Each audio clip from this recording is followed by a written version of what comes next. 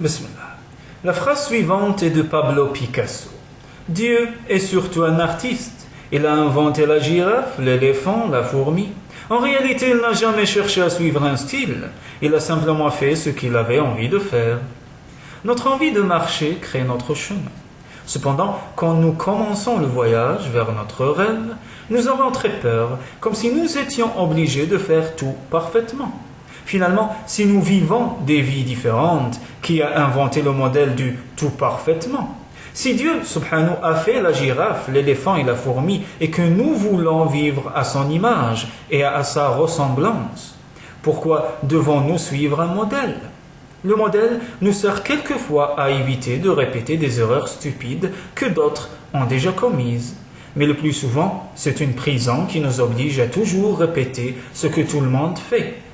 Être cohérent, c'est devoir toujours porter la cravate qui va avec les chaussettes.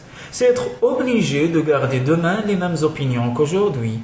Et le mouvement du monde, où est-il? Du moment que vous ne causez de tort à personne, changez d'avis de temps en temps et entrez en contradiction sans en avoir honte. Vous avez ce droit, peu importe ce que les autres vont penser, ils vont penser de toute manière. Quand nous décidons d'agir, certains excès se produisent. Rappelons le vieux dicton qui dit « On ne fait pas d'omelette sans casser des œufs ». Il est naturel également que surgissent des conflits inattendus. Il est naturel que surviennent des blessures au cours de ces conflits. Les blessures passent, seules demeurent les cicatrices. C'est une bénédiction, ces cicatrices restent avec nous toute notre vie et elles nous aideront beaucoup. Si à un certain moment, par commodité ou pour toute autre raison, l'envie est grande de retourner au passé, il suffira de les regarder.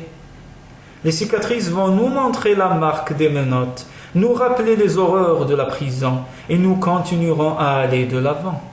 Alors détendez-vous, laissez l'univers tourner autour de vous et découvrez la joie de vous surprendre vous-même. Dieu subhanahu a choisi les folies du monde pour faire honte aux sages, dit saint Paul. Un guerrier de la lumière note que certains moments se répètent. Il se voit souvent devant les mêmes problèmes et il affronte des situations qu'il avait déjà affrontées auparavant. Alors, il est déprimé. Il commence à penser qu'il est incapable de progresser dans la vie puisque des choses qu'il a vécues autrefois se reproduisent. « Je suis déjà passé par là », se plaint-il auprès de son cœur. « Effectivement, tu es déjà passé », répond le cœur, « mais tu n'as jamais dépassé. » Le guerrier prend alors conscience que la répétition des expériences a une finalité, lui enseigner ce qu'il n'a pas encore appris.